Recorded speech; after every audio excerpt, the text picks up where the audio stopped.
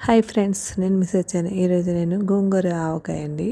ఇది గోంగూర ఒకసారి ఇలా శుభ్రంగా కడిగేసుకొని ఆరబెట్టేసుకొని మనం క్లాత్ మీద ఆరబెట్టేసుకొని ఇలా కొద్దిగా నూనె వేసుకొని ఇలా మగ్గనిచ్చి ఆర్పేసి చక్కగా చల్లారిపోవాలండి. పక్కన పెట్టుకోండి. చల్లారి పెట్టేసుకొని మిక్సీ చేసుకోండి.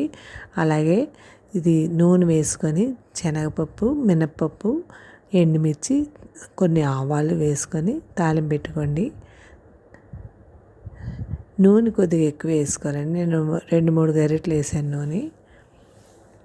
అందులోనే వెల్లుల్లిపాయ రెబ్బలు మనం ఒలిచేసుకొని తొక్క ఒలిచేసుకొని వేసుకోవాలి. ఇందులో వేసుకొని మనం మిక్సీ చేసిన గోంగూర ముద్ద ఇందులో వేసుకోవాలండి. వేసుకొని మన మిక్సీలో కొద్దిగా నీళ్లు వేసుకొని అవి కూడా మనం అందులో వేసుకోవచ్చండి. గోంగూర అదే మిక్సీ కడిగిన నీళ్ళు కూడా వేసుకొని కలుపుకొని అందులోనే మనకు కొద్దిగా పసుపు వేసుకోండి. వేసుకొని బాగా కలుపుకోండి. మనం బాగా కలుపుతూ ఉండాలండి. మళ్ళీ అడుగంటుతుంటుంది. ఇలాగ వేడికి కలుపుతున్నప్పుడు మనకి టేస్ట్ బాగుంటుందండి. ఇలా కలుపుతున్నప్పుడు ఇందులోనే మనకు కొద్దిగా కారం, ఒక కప్పుడు కారం వేసుకున్నాను ఆ గోంగూరకి. అంతే, మన కారం ఎంత వేసామో అంతే ఉప్పు కూడా వేసుకోవాలండి. సాల్ట్ కూడా అంతే వేసుకోండి. వేసుకొని ఒకసారి వేయించుకోవాలండి మనం.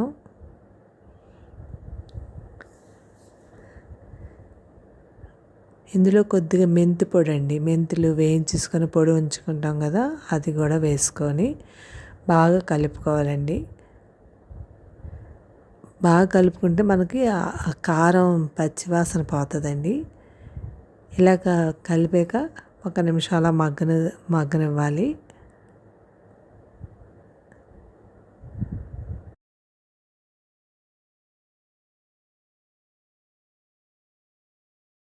మగ్గుతున్నప్పుడే మనం ఒక మామిడికాయని చిన్న ముక్కల్లా కోసుకొని, పుల్లటి మామిడికాయ అయితే బాగుంటుందండి దీనికి. అందుకని ఒక చిన్న మామిడికాయ తీసుకొని తొక్క చెక్కేసుకొని అవి చిన్న ముక్కల్లా కోసుకొని నేను ఒక కప్పుడు తీసుకున్నానండి. అదిగో చూసారా, మామిడికాయ ముక్కలు చిన్న ముక్కల్లా కోసుకొని ఇందులో వేసుకొని ఒకసారి కలిపేసుకోవాలండి. బాగానే ఉడకనివ్వక్కర్లేదండి.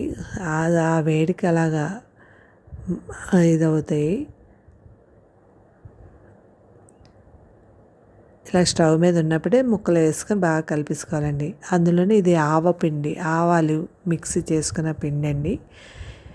ఇది వేసి ఆపివ్వాలండి. ఇంకా స్టవ్ ఆపేసి బాగా కలుపుకోవాలి మనం.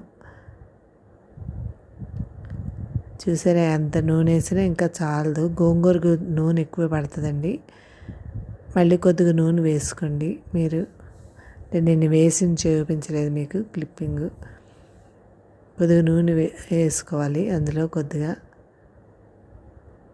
వేసుకొని ఇది చల్లారిపోయాక మనం రైస్లోకి, చపాతీలోకి అన్నిటిలోకి బాగుంటుందండి. గోంగూర మ్యాంగో పీకిలు మీరు ట్రై చేయండి. చాలా బాగుంది. టేస్ట్ కూడా పుల్లగాని చాలా టేస్ట్గా కూడా ఉంది. మీరు ట్రై చేయండి. Thank you.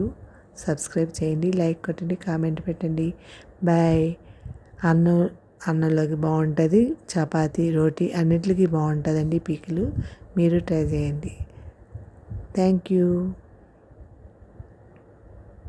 ఇది చల్లారిపోయాక ఒక గాజు సీసాలో పెట్టుకోండి.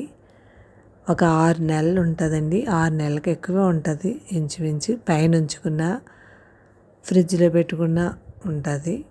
ట్రై చేయండి. Thank you.